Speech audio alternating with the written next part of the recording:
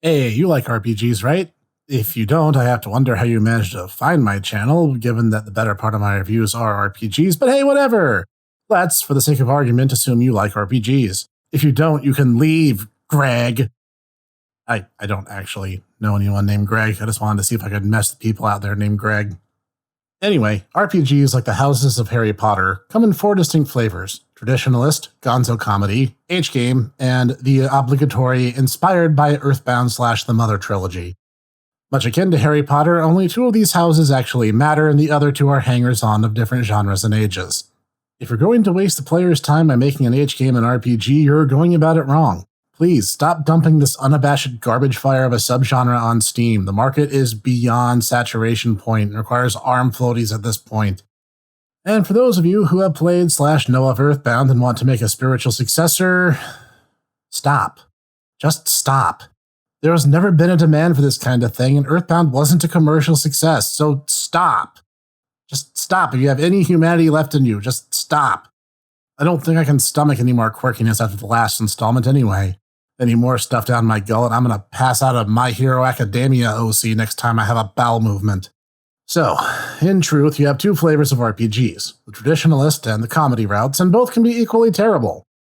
Traditionalist RPGs range from swords and sorcery settings found in Ultima, Dragon Quest, and good Final Fantasy installments, to sci-fi, cyberpunk, steampunk, and emo garbage found in the bad Final Fantasy installments. It's a pretty wide gamut. The only prereq is that you take your own storytelling relatively seriously, with some level of gravity involved in the overall major story beats. Since traditionalist RPGs are made by people with crippling insecurities about change, and the game will largely succeed or fail on the quality of its characters, I'll go ahead and make some of the cast for you.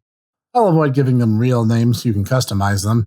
I mean, some people like their fantasy heroes to be named something like Bulk McOlraoth, Sword Arm of Jupiter, and other people like their fantasy protags to be named Jim. Who am I to judge your self-insert fanfics? Sword McHero Man. The guy with short brown or black hair and the generic face done by a B-list mangaka, and depending on if you want him to be a chillaxed everyman or an edgy edgelord, you can always add or subtract belts, zippers, pouches, and black clothing items as needed. You'll almost always use a generic one-handed sword and have fairly short hair. If your game strongly favors an element system, he'll be either fire or light affinity, but not have any actual strong convictions beyond the fact that he hates bad guys, and probably gets his head dunked in toilets by at least 3 NPCs at the starting town. Anything else about him is ultimately superfluous and interchangeable with the next sword McHero Man over. Childhood McBest Friend. Oftentimes a female foil to the above, but not required by law to be so. Sometimes this doubles as Sword McHero Man's suave cool McLancer. They will usually fill a supplementary combat role in the party, either as the thief or the heal bot as the need requires. If they are the love interest, they are required by law to be worst waifu, and be replaced as soon as a competent party member fills out the roster. Typically wind or water elemented in nature, they either help calm the hero man down if he's the hot-blooded sort, or cheer him up if he currently has his head in a toilet. Suave cool McLancer. Either a rival or thematic foil of the hero, and maybe a rival for childhood McBest Friend's affections, depending on story necessity. He will be a more specialized unit, either the rogue, the heavy armor knight, or an attack mage. If male, this character will be best husbando, and be either incredibly pretty or horrifically scarred and or disfigured with no potential in between. If female, uncommon but not unheard of, she'll be the team's big cis figure and likely the most powerful physically speaking. Potential for best waifu is high. Back McStabberton. The dark, angsty, clearly untrusty one who the player will see their betrayal coming from a mile off, but will completely blindside the naive heroes. Usually they'll have stats inconsistent with the party, being either over or underpowered depending on context, and clash with their bright anime-esque color scheme by wearing blacks and dark purples. Either a thief or attack mage of some flavor, almost universally male, or a devilish handsome rogue if they get redeemed at some point. If female, they will always be double agents acting on the hero's own good in mind and will promptly be forgiven. Usually dies before the game is out either way. Grandpa, McTeacher Person. Some plot pivotal character who exists either give the party a special tool, weapon, or ability they wouldn't have gotten otherwise, or elsewise transfer their own talents to the party in some fashion. Virtually irrelevant as characters since these exist exclusively as shaded props that die off to make the villain's actions more personal. Please stop using this archetype, or at the very least try to subvert it into something interesting. Hotbod, McFaceturn. Invariably, one of the bad guys' hot ladies will see a boyish charm in the hero, even if the hero is supposed to be projected upon and therefore would actually have the social skills of a duck, or worse yet, me. What? I did a joke like this already? Yeah? This joke is still more inspired than the Tales games RPGs. Anyway, upon crushing for the hero, she will abandon her post and all its luxuries to join the party, clad in tight black leather, and probably use knives or whips, and will be some kind of prereq Dark Affinity character. She'll be the fan service appeal that the game sells on, so be sure to slap her on all the promo materials, even though she won't join till mid or late game. Male versions of this idea die. Can't explain it, they just do. Annoying McMascot. Your game needs something bizarre to round the party off with. Talking dog is common. Fantasy creature with bright neon colors is acceptable.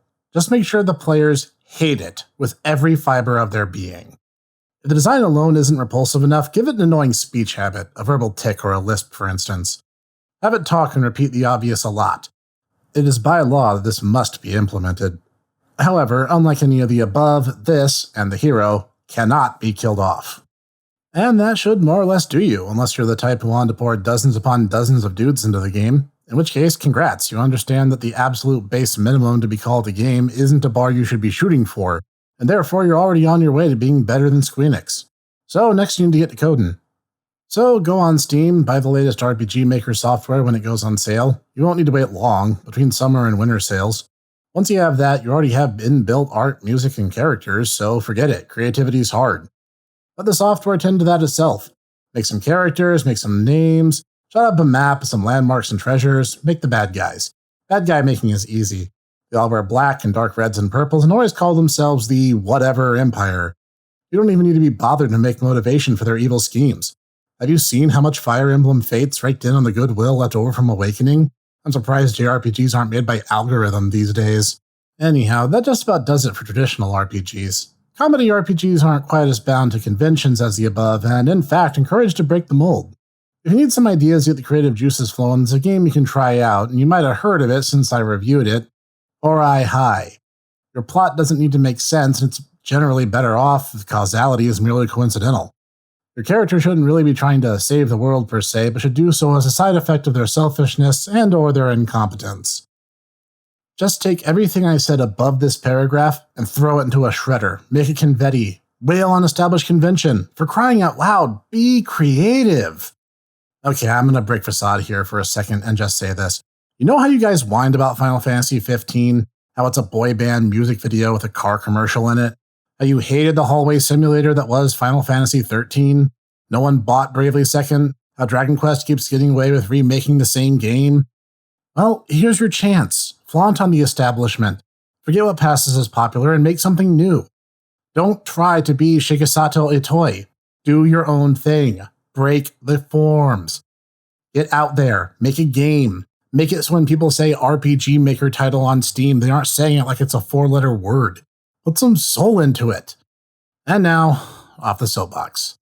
Oh yeah, bonus points if you had a dating sim. Just saying. Rune Factory 5 just got announced, so get to work. Congrats! Now you know how to take the most boring milquetoast thing on the planet and how to avoid it like the plague. Do something that actually expresses your individuality and talent. This is the one time allowing these to be somewhat uplifting, so you're welcome. Hey everyone, this is the Hipster Snek. I just wanted to bring to everyone's attention that I'm holding a bit of a contest.